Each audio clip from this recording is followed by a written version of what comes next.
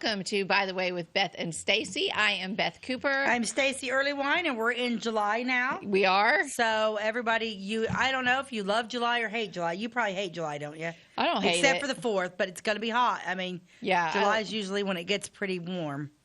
It'll be warm, and I will probably complain a little bit. What? No complaining. Well, we've got the camper out at the park this first week of July, and we sat out by a fire last night. It was like, but it's a little chilly. Yeah, the evenings have been so nice. It has been crazy. Yeah. My flowers are doing awesome. They're loving it. Yeah, so, my flowers look amazing too. Yeah, so I'm going to give them a good year for flowers. Good drenching of water this afternoon before we go back out there. I love sleep. I wish you need a camper. Yeah. I want you to get a camper and start your camper. Well, I love camping. But it's not, I mean, it's glamping. I like to visit people that are camping. You hate bugs. I don't like bugs at all. And I also really like my own hot shower in the evening and my own bed.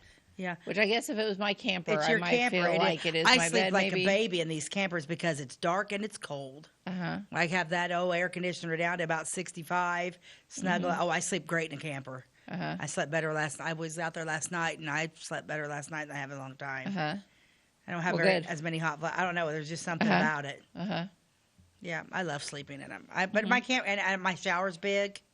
The shower in there's big, and you know you have the hot water. I don't know. I sometimes think I might like camping, but I don't know. It's just something we've never done. I mean, we've borrowed campers and used them, but we've never invested in a camper. I would like. I mean, I wouldn't have wanted to camp if I had a bunch of kids. Yeah, too much work, too much food to bring. But for me and Jim, or if Jack and Joey would come out, you know, easy breezy. We were out there yesterday. Actually, we had the kids this week, and it was so nice. We spent the day at Charlie Brown Park. We built a fire, and they roasted hot dogs and had s'mores, and then we went over and they played at the park for a while, and we took a walk and looked at Little Toot and fun. Yeah, they loved it out there and got filthy dirty. Then I took them home, put them down for naps. Yeah, it was awesome. Yeah, my kids are loving having a fire too. We have a little fire pit behind our house, and I love just doing s'mores and stuff in the evening. It's just been a really good summer on our street. You know, I think so too. I think it's been, and I thought spring was beautiful. People are there's just Debbie Downers everywhere. We just don't have spring anymore. Yes, you do. What are you talking about? Yeah, it's all these people, these climate change freaks are. Yeah, like, we just don't. It's like, yes, you do. Spring's always been a little cold. That's why it's not summer. Exactly. It's typically like that. It's a little cold and rainy. But this year was pretty. I felt like the last couple of days almost felt like a fall day. I know. And I love fall. Fall's my favorite. I love fall. Yesterday I was walking into Effingham Walmart, and there was a breeze blowing. It was starting to cool off in the evening. The cart man that worked there I never seen before in my life. It was so nice. But he walked up to me, and he was very friendly, and he said, "Does this feel like a nice fall evening or what?" And I said, "It does." He nailed it. It really did. It had that feel to it. It didn't feel like like the air wasn't heavy. The humidity was gone. It was nice. It was nice. I loved it. It was great. Yeah. So we just roasted. It's like, oh my gosh, it can't be July. Yeah. We did a night swim a couple of nights ago and out at a friend's house. It wasn't your house. It was a different friend's house. And, was it cold? The kids all had to stay under the water up to their chins, because if they got out of the water, it was cold because it was breezy. And then the moms, we were sitting around in jeans and hoodies. Yeah. And thinking our children were completely crazy. Yeah, well, they are. They are. But man, did they have fun. And they slept so good that night. Children feel cold differently. Yeah, they were having too much fun to think about it. How many times do you remember, you'd be freezing, your lips turning blue, and Mom would be like, "Stacey, time to get out of the water." No, I'm not cold. Yeah. Yeah, they'd feel differently. Yeah. That's why God made hot tubs. Yeah. True. Yeah, no, it's crazy. I just any vacations? No, not this year after the wedding. No, not after the wedding. No, I am trying to. I would really. I want to go away for just a short, a weekend, maybe 3 or 4 days, maybe make it a long weekend. But looking at our calendar of events, I don't have a weekend available to do that. There's one weekend where Carissa's getting back late from another trip on Friday night, and we could maybe go somewhere Saturday, Sunday, Monday. But I haven't worked that out yet because it's just every weekend it's something with us. Something's happening. With that many people in the family, there's just people everywhere. They're all going different directions. Now, is Little League over? Little League's over. It's done. Yep, it's done. So that's one thing off the schedule, but there's still stuff. Yeah, summertime stuff. Yeah, I don't really know what's going on. We got our, we started doing a holiday. We're taking, oh, yeah, you got the Holiday World trip coming up. we got the Holiday World coming on, you know. Like, first time we did it, I did it through the week, and it was great. And, like, and then last year, for some stupid reason, I, like, went brain dead, and I scheduled, like, Friday, Saturday, Sunday, and we ended up in Holiday World on a Saturday. No. What was I thinking? Don't do that. This year, we're leaving Sunday after church, hooking up, headed to Holiday World, and we'll actually, then Monday, like if you go, Lake Rudolph is just cool on its own. It's its own little interesting thing. I love Lake Rudolph, and it's got 2 or 3 pools there, and little place where you can get ice cream, and a little snack place where you can get pizza and stuff. And we spent the day in Lake Rudolph, and then Tuesday we'll spend the day in Holiday World, and then come home on Wednesday. Oh, that Lake Rudolph is awesome. We loved it. I really liked it when I was there.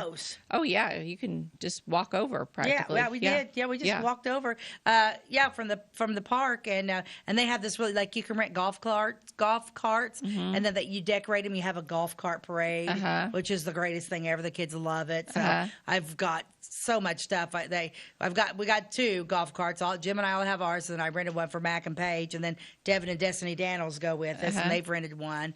And this year, Jack's golf cart's going to be race cars.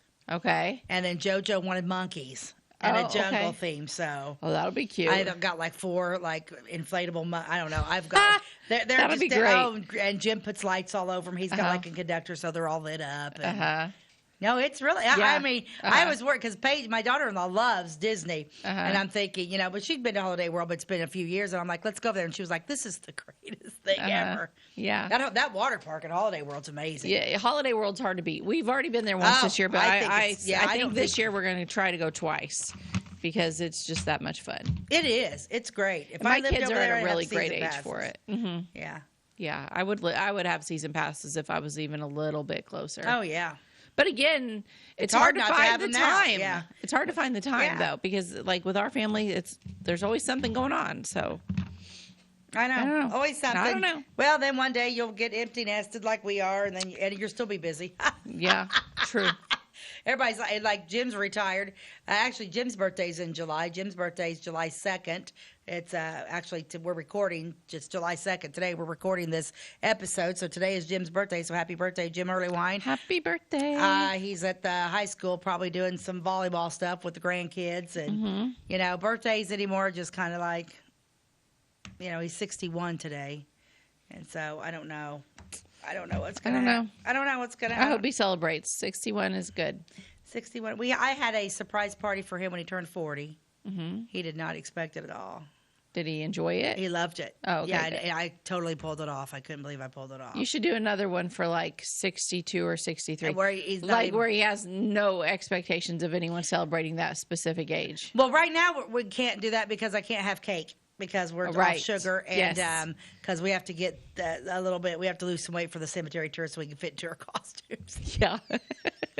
I don't want to buy any more costumes. I'm costume overload. I hear my ya. gosh, I have costumes in my house. I have a 4-bedroom house. Every bedroom is full of costumes. I have a theater that Jim built. We got costumes everywhere. Yes, it's awesome. Okay, so I picked a cool ad today. I got lost in the 80s. Okay, for these ads, I picked this one. It's a really neat ad because you think it's a Maybelline ad. You go ahead and throw that up there, Ty. Look at this, Madonna. No, Maybelline. Look at those gloves. Like seriously. Oh yeah. Maybelline makes anything possible. Yeah, Maybelline. I came across this. I'm like, look at how cute she is. Those earrings, that shirt, the gloves, the hair. Are you kidding me right now? Yeah, that hair. But Maybelline, this little setup that she has right here. I remember this, and I had this exact set. The sky blue eyeshadow and yeah. Because you remember, like, the 80s was notorious for that blue eyeshadow all the way up. But you notice the model's not wearing the colors. No, she is not. Yeah, I just remember that whole Maybelline set with the little blush right there, and I don't know. I just thought it was a cool ad. Gosh, times have just changed so much from that, and it's when it comes to makeup, I'm a hound from every town. kind of gal. I have a little bit of everything. I don't have one specific. I mean, I've got expensive makeup and I've got stuff from Dollar General. I use it all. I have a variety too. I'm a variety. It's Whatever like works. With skincare and stuff like that, I'm the same. I'm the same way. But I think one of the best right now, one of the best skin lotions is a Neutrogena. Is that what it is? A Neutrogena lotion for your face cream, and it's great. I mean, it's really been working well. So I feel like I don't need a facelift yet. Yeah, you look good. It must be working. It must be working. But yeah, no, I'm a makeup person. Got a little bit from everywhere. I've got some in my camper, some at home, some at the shop. I got a little bag of makeup everywhere. And I do like that stuff from Mary Kay that's like you put it under it, it like tightens this all up. That's good. I cannot use Mary Kay. You can't use There's Mary Kay? something in it that breaks me out. My face like burns like it's on fire. How weird. What do you have to do? What do you wear normally? For makeup, I use some L'Oreal is my cheap Walmart one, and then I have some other stuff that's from Sephora. I don't remember what it is. Sephora almost gives me heart palpitations. That's a lot happening. You need to take one of my girls with you because they know all of it. Yeah, because I get in there and I'm like, yeah. Even the little Sephora at Kohl's. Yeah.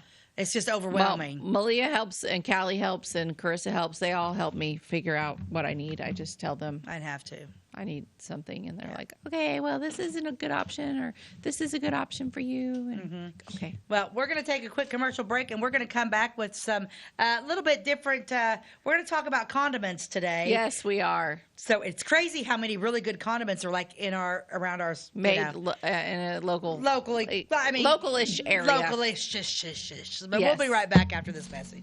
At your locally owned Napa Auto Parts stores in Flora and Louisville, you can count on experts to have the solutions to keep you running on the road or in the field. More than just your car, the Napa Auto Parts stores in Flora and Louisville carry a large inventory of Napa products for farms, heavy trucks, and just about everything that moves. Experienced associates understand your needs and are ready to help with the perfect part at a great value. That's Napa Know-How at your locally owned Napa Auto Parts stores in Flora and Louisville. Briscoe Surplus Sales on the northeast edge of Flora is your one-stop do-it-all shop. Looking for rugged boots and footwear from great brands like Lacrosse, Rocky, and Carolina? They're there. How about top-notch small engine parts and service? Briscoe Surplus Sales has it. Whether you're wiring your switches or switching your wiring, Briscoe Surplus Sales has the solution and the know-how to help you get the job done right the first time. Briscoe Surplus Sales, your one-stop do-it-all shop. We like technology at Flora Savings Bank. Here's what you can accomplish in our mobile banking app in less than 30 seconds. See account balances in your transactions, set up an account alert, make a transfer between accounts, get an alert text message about your transfer, pay a bill, turn your debit card off and then back on. It all happens in the palm of your hand with our free My Bank to Go app. Search My Bank to Go in the App Store or Google Play and give mobile banking a try. Flora Savings Bank, member FDIC and equal housing lender. Welcome back to By the Way with Beth and Stacey. I am Beth Cooper. I'm Stacey Earlywine, and we're going to talk about some interesting condiment makers in the area. I'm going to first talk about Brooks Ketchup, which was Brooks Ketchup was the only ketchup my granny had in her refrigerator. Oh, really? She loved Brooks Ketchup. I haven't had it for a long time, but it's just really neat. And it's I never even as my son Connor he lives over in that area. He lives in Belleville now, but he's a big St. Louis person, and he lived in Collinsville with my nephew Curtis Holt for a while after he graduated. And I'm going through Collinsville, and I never even noticed this ginormous ketchup. I had no idea till what am I, 56? Till 2 or 3 years ago that Brooks Ketchup was made in Collinsville. Okay, yeah. So it's time to educate people. Yeah. So Brooks Ketchup is made in Collinsville, Illinois, which is just a hop, skip, and a jump away from here. A hop, skip, and a jump. So it's a very interesting story. So 1891 in Collinsville, a group of businessmen collected $5,000. And they created the Collinsville Canning and Packing Company. It struggled up until 1907. Then it was bought by Elgin and Everett Brooks. Okay? It operated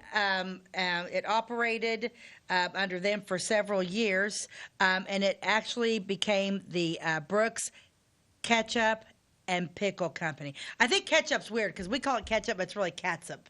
Yeah, that's just the old old-fashioned way of spelling them. C-A-T-S-U-P. Yeah, but it's ketchup.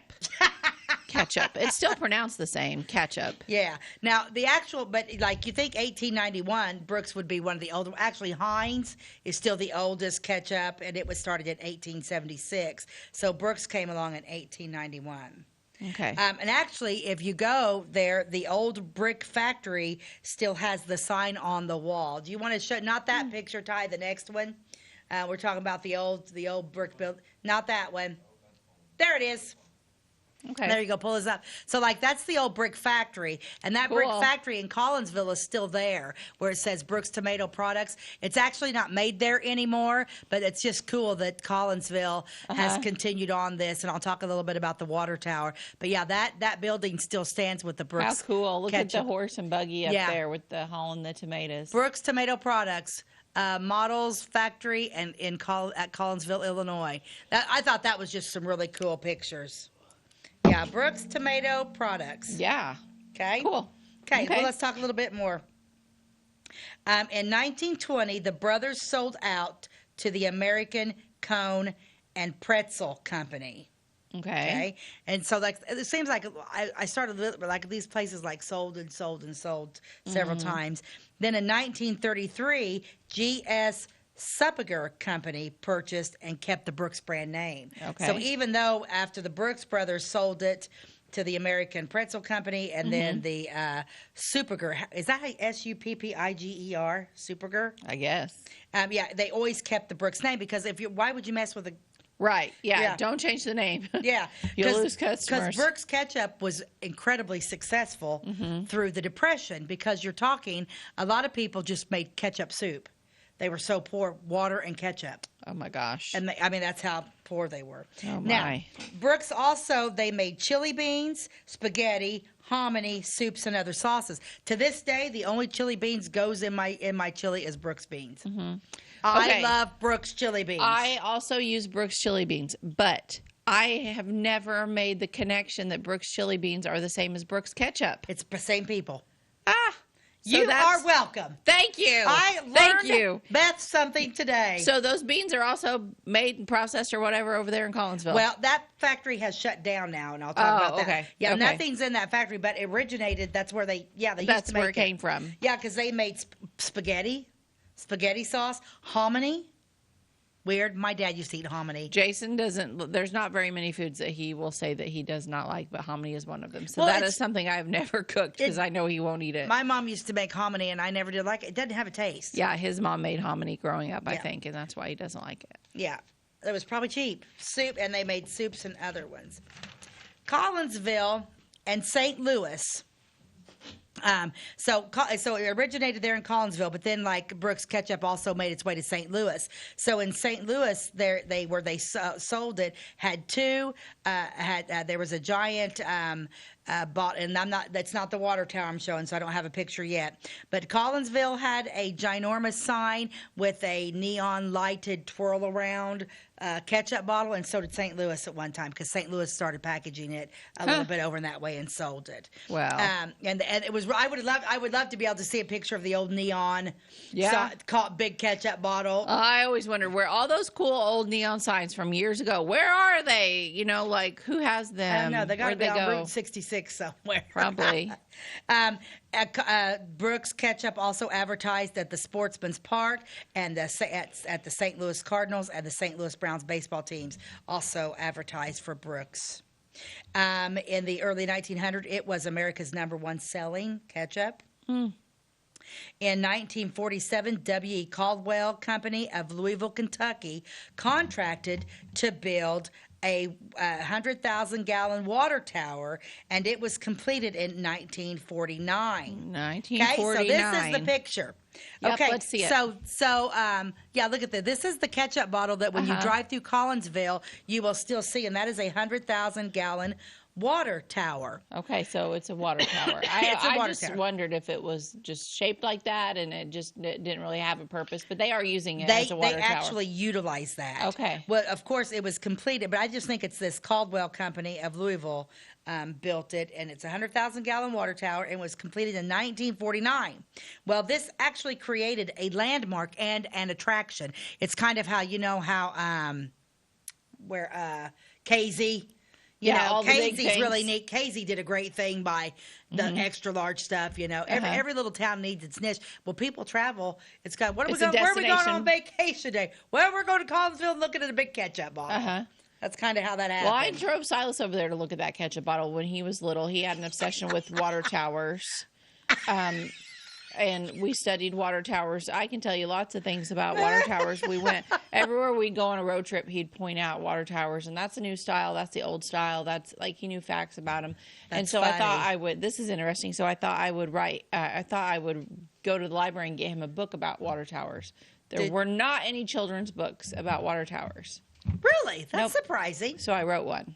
Well, there you go. Where is it? It didn't get published. How rude. Womp womp. It should. It's pretty cool. I should try again to republish that. There's probably some other little boy out there that likes to look at water towers. Well, here's the deal. If you think about it, everywhere you go, you look at that town's water tower. Yep. I do. Yep.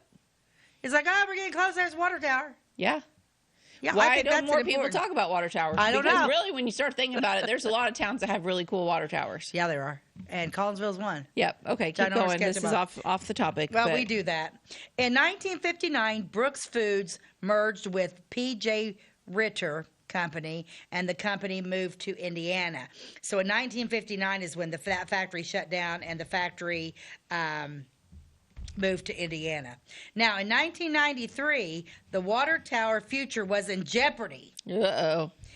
But at that time, because it's like the city got a hold of it, and but they were afraid of the cost of painting and keeping it up. Big deal, Collinsville. You're huge. Yeah. But because the city was like, we've got this big ketchup bottle. Now, it doesn't actually get made here anymore. And what are we going to do with this water tower? We're going to paint it, blah, blah, blah, blah, blah. So there was actually a ketchup bottle preservation group was formed. Well, there should be.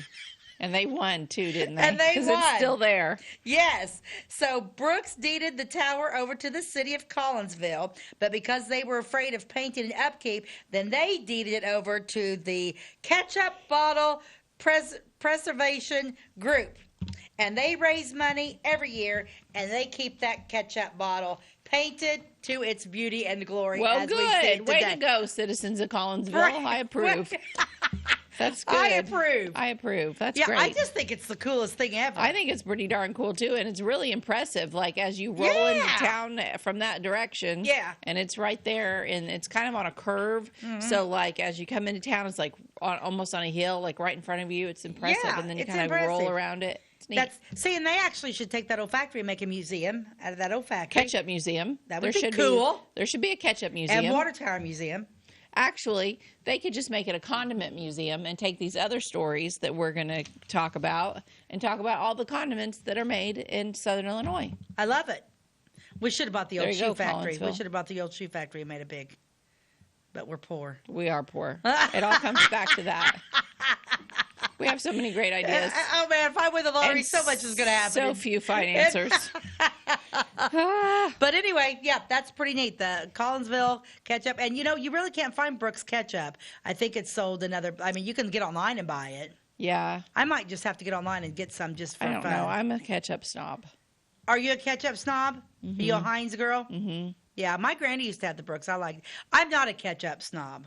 Mm-hmm. I like Heinz. I just like ketchup. I'm a ketchup girl. Yeah, me too. I'm an A1 steak sauce snob. Oh, yeah, me too. I will use other mayonnaises. I will use other mustards. I will use other ketchups. But when it comes to steak sauce, I am only using A1 because A1 rules, and I've just said that. Okay, yes, well, don't knock other ones too hard because we're going to talk about one here in a minute.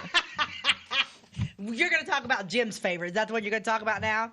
I can go to that one. Are you done? I'm done with Brooks. Okay, since we kind of segued into steak sauce, let's talk about Country Bob's. Let's talk about Country Bob's. Country Bob's steak sauce. And I may have to stop you and go to a commercial break. That's fine. So when I was a kid, I actually liked Country Bob's. I used it instead of A1. A1 was a little too tangy for me, but I liked Country Bob's because it was sweeter. I put Country Bob's in everything I make. I put it in spaghetti sauce. I put it in my chili. I put it in my lasagna. So I put it in everything. I cook with Country Bob's. Well, I hadn't thought about that. You betcha. Okay, That's why my chili's Country Bob's amazing. steak sauce. We've all seen it. Some of us eat it. It's on the store in Walmart, wherever. This started out as a hobby of a man named Bob Edson. Bob Edson. And I remember when I was a kid, people talking about Country Bob Edson.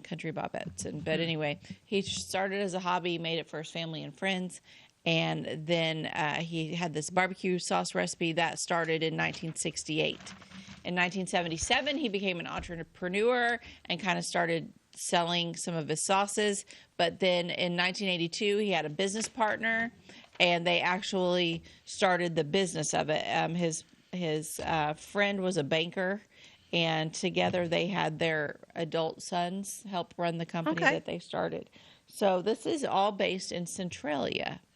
Oh, yeah. Illinois. I could not remember where it was at, Centralia. So Country Bob's is made in Centralia, Illinois. It's about an hour away from Flora.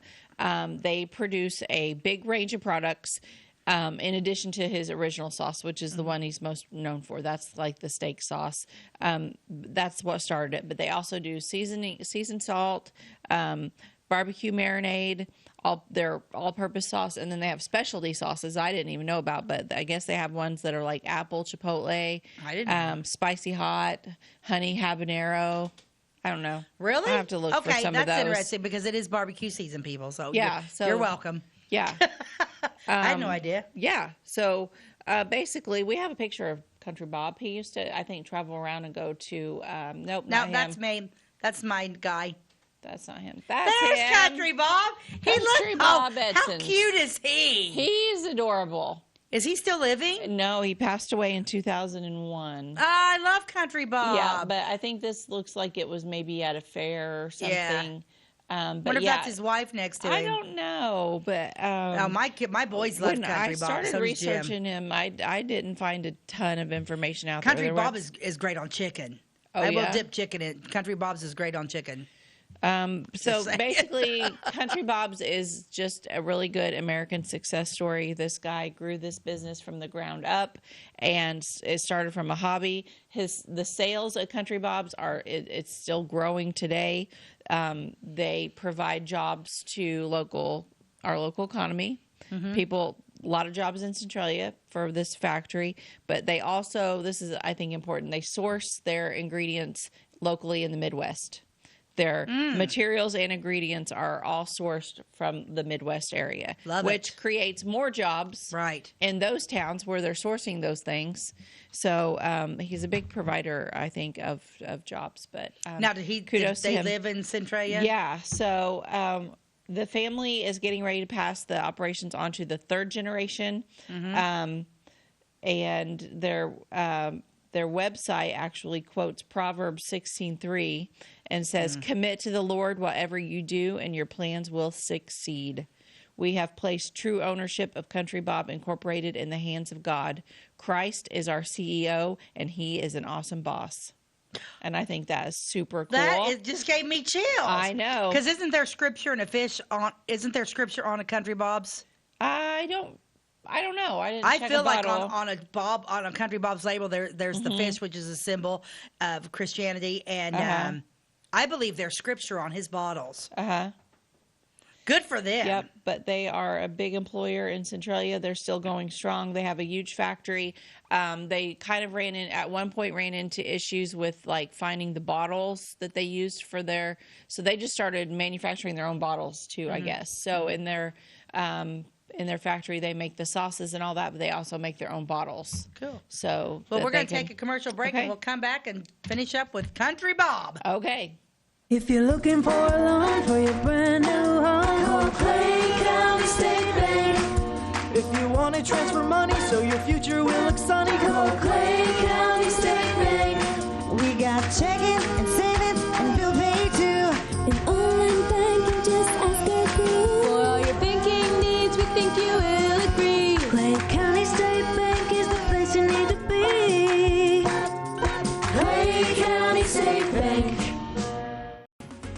At Clay City Banking Company, we're all on the same team, regardless of zip code.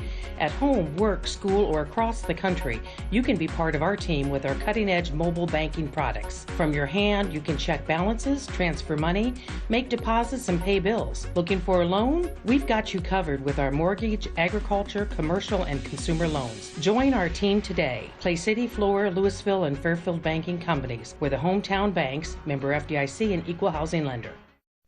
tomorrow. Some fear the uncertainty it brings. Some trust the promise it holds. At Grinnell Mutual, we are always looking forward to tomorrow, growing and innovating.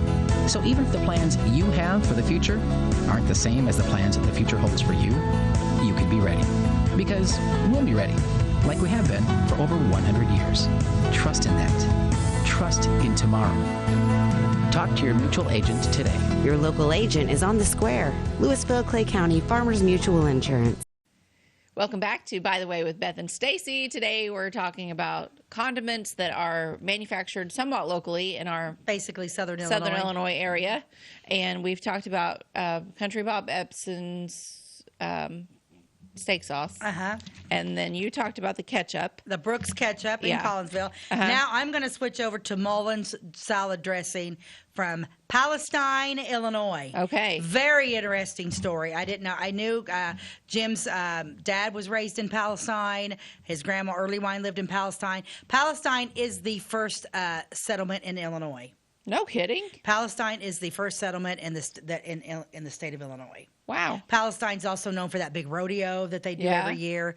And Palestine is also known, Palestine had an opera house at one time.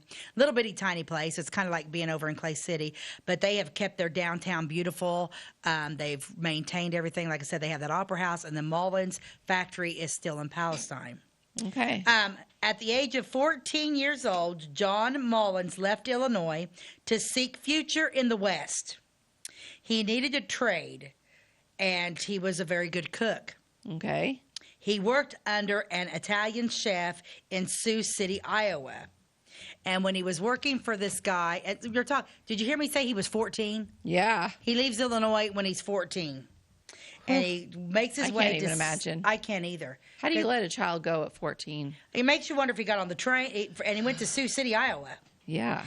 So he was working under an Italian chef, and he earned $1.50 a week for the next year and a half. Can you believe that? $1.50 a week. What was the year? It doesn't say what year that was. Okay. It just says at 14. Wow. Okay. And I'm not sure when he actually... Okay, sorry. Keep but going. anyway, he then moved from, he was there for a year and a half. He left Sioux City, Iowa, and then he moved to Minnesota, worked under a chef in Minnesota. Then he moved to Colorado and worked as a chef. He's getting around. He is. So let's see. So 14 years old, Sioux City, 15 and a half. So we're talking this boy's like 16, 17, 18 years old. Oh, my gosh. And then he actually just moved throughout the Midwest. Then he came the Midwest and was just a chef everywhere he went. Oh, my.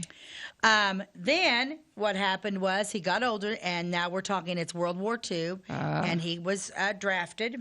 And J.D. Mullins served as a cook in World War II in Europe. Oh, wow. And while he was this cook in the military, he came up with this French sauce. Okay. So he starts just experimenting. Mm-hmm. Okay. So he constantly worked on this salad dressing.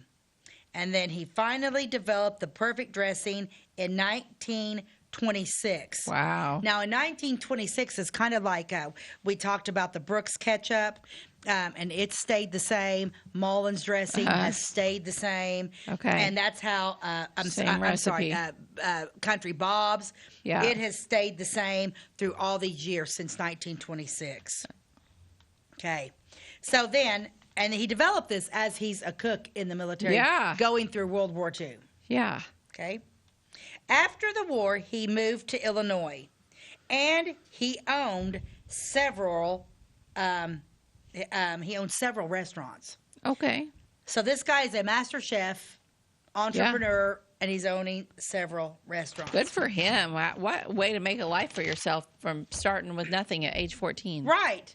Well, yeah, it's kind of like that was his passion, was cooking. And I'm assuming if he's leaving home at 14 to work, his education's what, 8th grade? Maybe, if he's lucky. He had a lot of grit. And gumption. And you know what? I need to change my new puppy's name from Vixen and get another one and name one Grit and one Gumption. Oh, you should. Jim. I got a new puppy. I named her Vixen, but I think I need grit and gumption in my life. You should. So then what happened, though, is he started all these restaurants. And so he's all over Southern Illinois. He's not located in Palestine yet. Okay. He's all over Southern Illinois, but his roots are in Palestine. Patrons started asking for bottles for them to purchase and take home. Uh-huh. Okay? It's kind of like, like how you go to the Olive Garden. Mm-hmm. And you love the Olive Garden salad dressing. That's the only time you can get it. Then now you can buy Olive Garden dressing. Yeah, now they started bottling it and selling it at Walmart. Which is weird because, you know what? It's not the same as eating it there. A salad is really, really good, but it's better when somebody chops up all that stuff and it's served on a super cold plate. Uh-huh. Yeah, it's not quite as good at home. It's not as good as home. But anyway, so this got him to be thinking. So in 1948, he opened the bottling plant in Palestine, Illinois.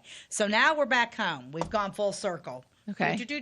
We've traveled the world. Basically, this guy's traveled the world, the Midwest, and now he's back because he's thinking about bottling this dressing. Okay. So he opens up the bottling plant there in Palestine, which is it's not a big place. If you ever, you didn't even know about it. If you ever go, I didn't really know about it. Like I said, Jim, until I started going to the rodeo. Oh gosh, Jim and I got in 1987 was when we started going there, and I'd always heard Mullins. My dad loved Mullins, and Mullins is one of the dressings they always sell at Monocle's. You want to talk about dipping your pizza or your breadstick and sticks in ranch? Don't compare, because Mullins is sweet. Mm-hmm. It's a sweet French dressing, but it's not as dark orange as that. It's a lighter orange.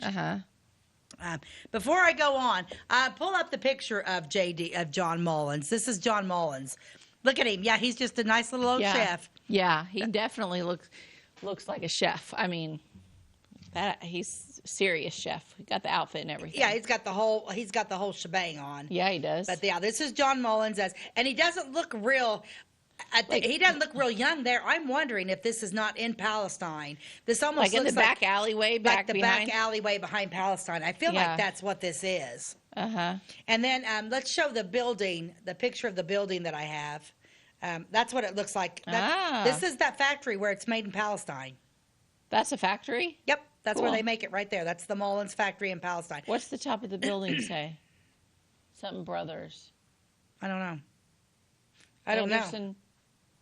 Anderson Brothers or something? Maybe. Like I don't know. Cool. But he's owned that building since 1948. Wow.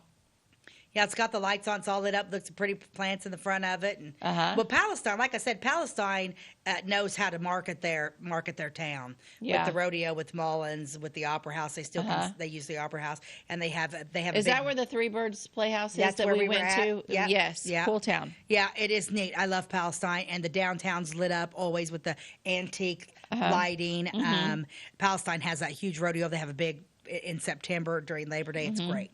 Okay, so. That's him. Oh, and so then he ran that company till 1963. Okay, and then he actually, this is interesting. So in 1963, he's probably getting up there in a little bit of age. So he actually sold it to a corporation. The corporation, because at the time it was just the bottling plant in Palestine, but the corporation realized what they had with the Mullins name, and they actually named it the J.D. Mullins Company.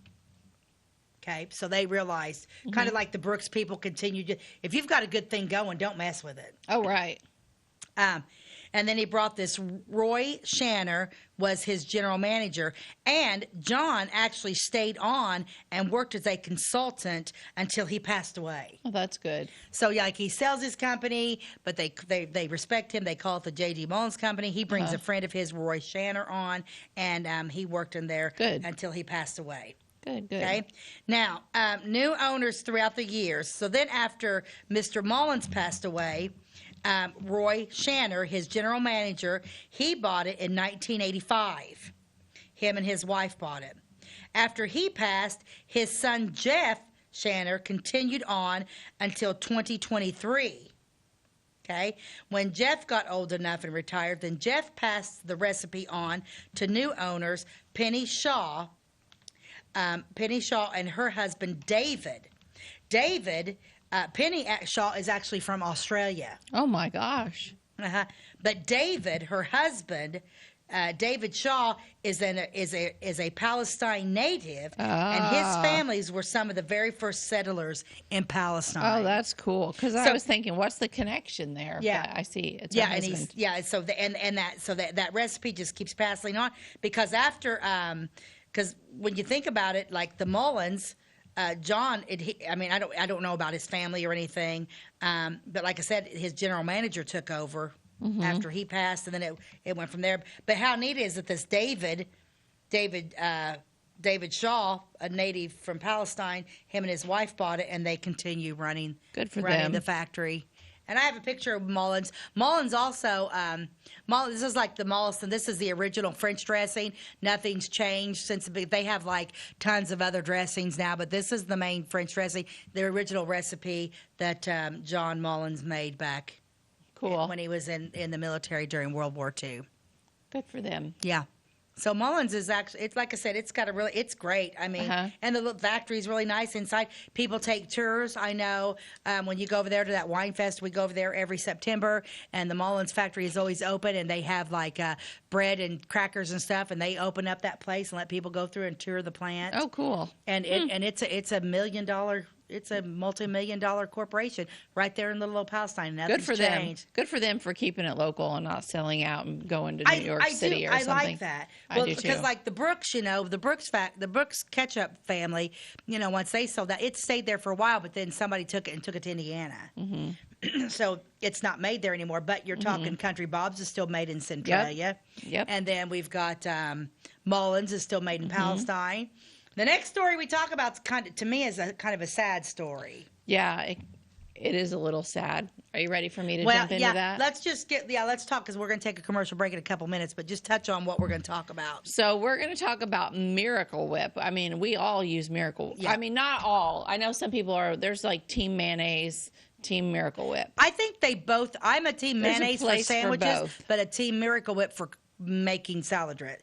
Making like my cold salads. Yeah. I do. But if I'm going to eat it, I want real mayonnaise. But I use Miracle Whip in my coleslaw recipe. I can't imagine it being the same with mayonnaise. No, I like Miracle Whip with that chopped broccoli salad, cauliflower salad.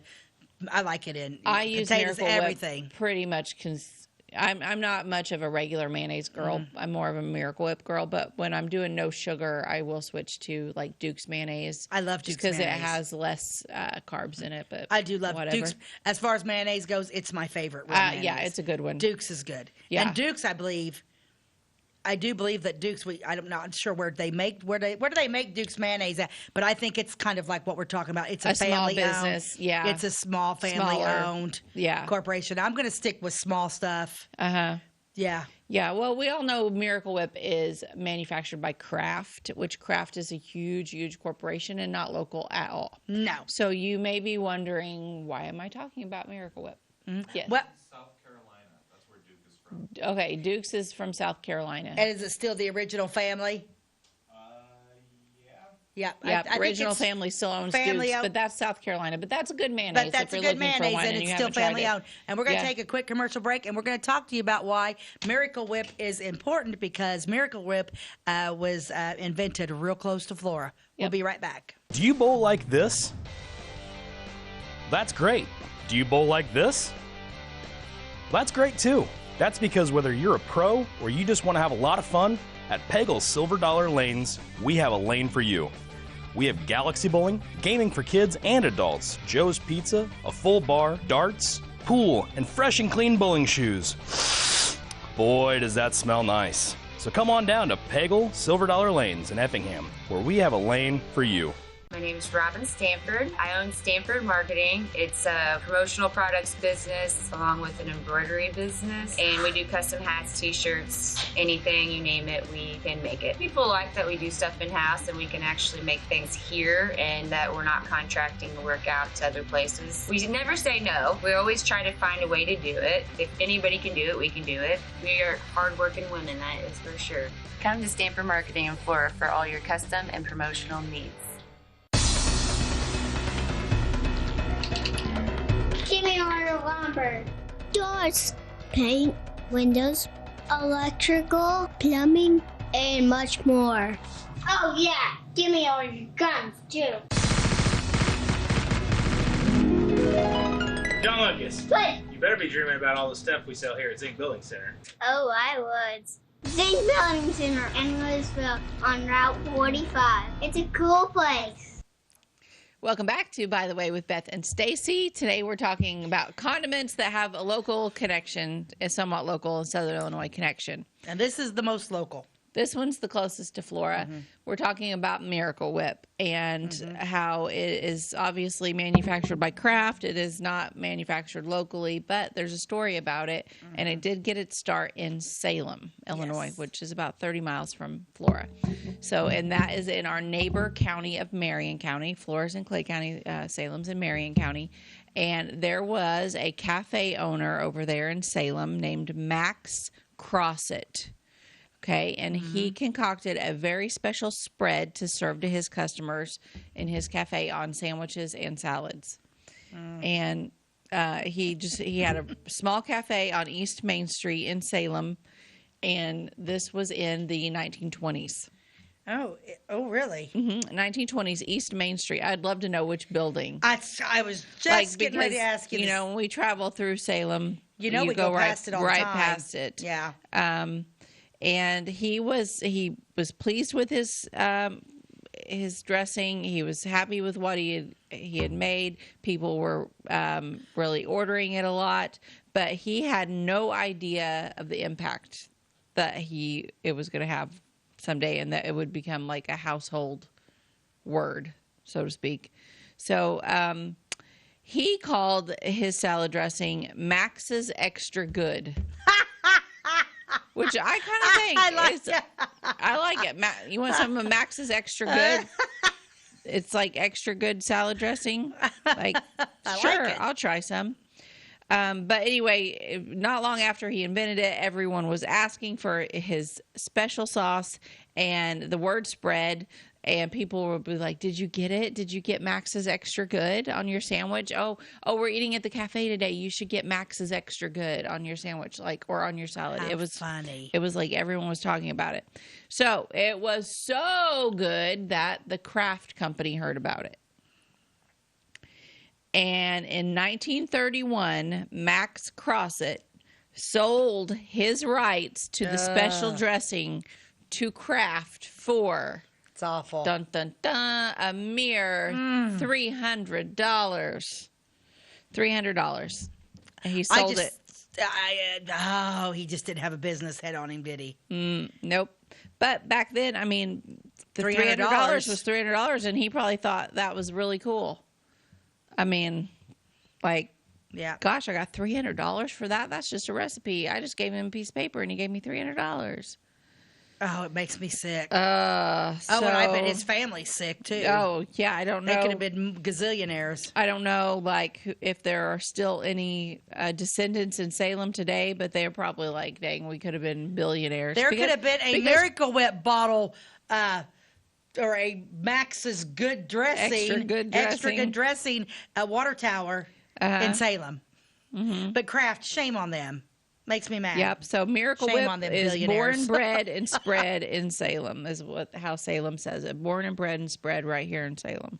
That's where Miracle Whip came from. But I think that if Mr. Crosset would have had any idea at all that the Kraft Corporation was going to make billions upon billions of dollars on his recipe, he probably would have asked for a little bit more than $300. Right. Well, yeah, because it's a shame. It is a shame because it makes you wonder how many times that's happened. And I just get this greasy feeling that the Kraft are like, $300. Yeah, we're giving you a big favor here. Oh, right. Well, it makes you not want to buy it anymore. I mean, I told you the story. I think I mentioned it on another episode. I don't know which one, but about Jason's grandpa, Hobart Weaver, down by Johnsonville, Wayne City area out in the country there. He invented a 4-wheel drive tractor that had never been invented before. Years and years ago, John Deere Corporation came down from, where are they based? What's the name of that town? Moline. Came down and checked it out, and it was amazing. Like, no one had invented a tractor like that before that was 4-wheel drive, and I think it was a combine, 4-wheel drive combine or something. No one had done it before. He did it, in his little garage back on his farm back behind his house, and they came down and they wanted his design, and so they took him out for a nice steak dinner. And that's, I mean, I'll tell you what, Yeah. these. But Hobart was a super nice guy. I mean, he probably had no idea that And he got they would nothing. make. No, he didn't ask. I mean, I think they might have even. I don't know. I don't remember the story clearly. But if they asked him, you know, what all he wanted, you know, and he's like, take me out for supper. I mean, he's a real nice, gentle man, really kind man, and he probably looked at it like he was helping farmers. Yeah. So it didn't really matter about, you know, any personal gain. But then, I don't know. It just, because I bet you there's so many of those. But, I mean, it's almost impossible today for an inventor. It was easier back in the day, but then you had to have that mind not to let that, you know, to, you know, market on that yourself or have the rights to that, not sell your rights. Right. Like they do in the music business and movies and stuff like that. Yeah. But today it's almost impossible to even get a patent for anything. You have to go through everything so political anymore that if you come up, because these greedy corporations just want it all for themselves. Oh, right. But it makes you, when you hear that story that it makes you never want to buy another craft product. I mean, it really does. It upsets me to that point. But now they've already made their billions of dollars. Yeah, and I love Miracle Whip, so I'm not going to give it up. But it is kind of sad. Now, see, I'm not it doesn't have to be, when it comes to salad dressing, I can do knockoff salad dressing. It don't matter. It don't have to be Miracle Whip. I can knock off that. If I make, especially like if I make mixing it with all sorts of stuff, I very rarely buy Miracle Whip. I buy Miracle Whip, and I buy the giant one, the great big one. Well, you're doing funeral dinners. Well, yeah, but even for me at home, I buy the great big ones that I make deviled eggs. I use it in my deviled egg recipe, and I use it in my coleslaw recipe. So if it's summer, if I'm cooking that kind of meal, I can go through one of those pretty darn quick. And they're up to like $9 for the big size of Miracle Whip is how much it is. I mean, that's insane. To pay $9 for salad dressing. A big thing of it. I mean, I used to pay. I mean, it's just crazy. You could change and get the cheaper stuff, and you wouldn't know. I just don't know if my recipes would be this. I don't want them to taste differently. Just do it. Just do it. You'd be surprised. You're mixing it. I feel like everything's different whenever you're eating it just by itself, or when you're cooking. Because like with the exception of my Brooks beans that I like, and I like Red Gold tomato. I like Red Gold products because they are family owned. And they're not made overseas. I've really been paying attention on my Where's labels your food and stuff. coming from? Where your food's coming from. Because I'm going to tell you what right now. If something's got a shelf life of 30 years, don't eat it, because the longer the shelf life it's got on there, the less life you've got. I think the FDA does us a terrible service in this country. I think that they're bought off by lobbyists like everything else, because I think 90% of the stuff you buy in the grocery store is crap and not good for you. The grocery store's killing us, not only financially, but it's killing our bodies. I think you're right. Yes, I said it. Yep, I think you're right. Yes, I said it. It's happening. Right. It is. It's happening. That's why cancer's blowing up. You start researching what's in some of these foods, and it is so scary. It is. It is scary. It is scary, and that's what I said, and I'm sticking to it. I believe you. Yeah, but no, I'm going to pay attention to what's more local. You know. Oh yeah. Yeah, definitely. And we live in a small town. It's going to be impossible for us to, you can't just be like, well, I'm never going to drink this, or I'm never going to. I mean, there is that happy medium. Yeah. But when I'm cooking something, I'll just throw I'll knock off stuff. But I do like Country Bob's, but I like A1 steak sauce too. Yeah, we actually tried a generic A1 sauce like a couple weeks ago, because I would have ever bought it. I wouldn't. You're a food snob like Jim. Jim's a total food snob. But Jason snob. bought the generic version of it, and I tasted it, and it does make a really good generic for Country Bob's. Yeah, it doesn't taste like it. It's not tangy. It's not an A1 knockoff. But if I have to choose between buying Country Bob's or the knockoff, I'm going to buy the Country Bob's because I want to support local jobs. Yeah, Country Bob's all the way. Not because I want to support anything that Walmart makes. No, they get plenty of my money. Go I'm to not giving them any more. You can buy it at IGA. I think it's just important for the consumer because it comes down to everybody's like they just need big corporations are never dropping your prices. It comes down to consumer. You may really like a product, but sometimes you got to take a stand, and you can take a stand on certain things. Oh, I got to take a stand on You're going to take a stand Whip. on your $9 Miracle Whip. You can do it. Nobody, you know, think about it is you might do that knockoff stuff and be like, people are like, man, these deviled, what did you change? It's the best deviled eggs I've ever had. Maybe, time, but they Beth. say that about my deviled eggs now, so I Beth, don't know that you've they got, can, when it comes to deviled eggs, you got to have grit and gumption. Can I do it? I'm not going to do it for the 4th of July. I'm not, because I've already purchased. You've already bought your my Miracle Whip. However, I'll consider it for future holidays. You will. I let's try it. That is your goal. Okay. And here's my deep thoughts. Okay, what do you have for us? This is and again, these are just funny. They don't make sense. They don't make sense. But we crack up. Yeah. Why is it that we will laugh at a man in a clown outfit, but we won't laugh at a man just walking down the street carrying a clown outfit in one of those bags, one of those plastic dry cleaner bags? So you'll laugh at a man in a clown outfit, but if he's carrying it from the cleaners, we don't laugh. Okay. Read one more. These crack me up. Probably the earliest fly swatters were nothing more than some sort of striking surface attached to the end of a long stick. I bet he's right. I bet he's right. Deep Thoughts. Deep Thoughts by Jack Handy. Okay. I don't know. My gosh. It's hysterical, but that's all. I mean, we're fixing to be done. That's funny. Okay, well, thanks for joining us today. As always, you can catch us on Channel 100, Wabash TV. We air daily at 11 a.m. New episodes air on Thursdays and Fridays. New episodes are added to our YouTube channel on Mondays. And you can find us, by the way, with Beth and Stacey on YouTube. All of our episodes are on there. So if you've missed one or you want to catch up, that's the place to go. You can also like and follow us on Facebook.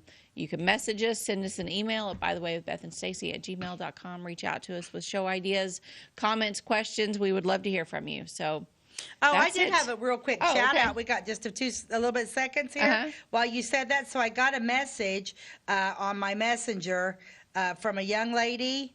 Her name is Bryn Ronsheimer. She said, I just want to read this real quick. Hello, Stacey. I just wanted to thank you for your program you do. My mom is 82, and she is always talking about it. She will be talking to me on the phone, and she will say, I have to let you go. Stacey is on TV. Oh. Just wanted to reach out and thank you, girls, for bringing joy to my mom. Aw, that's sweet. How nice. We love doing the show. What is her name? I'll give her a shout out. She said, OMG. She would love that. Thank you. So here you go, Janice. A shout out from By the Way with Beth and Stacey. Yay, Janice. Yay, Thank you. Janice. Keep watching and spread the word and like us on Facebook and join Wabash and watch us on Channel 100. We're a hoot. Yeah. Just saying. Thanks for joining us. We'll catch you next time. And God bless you and have a great day.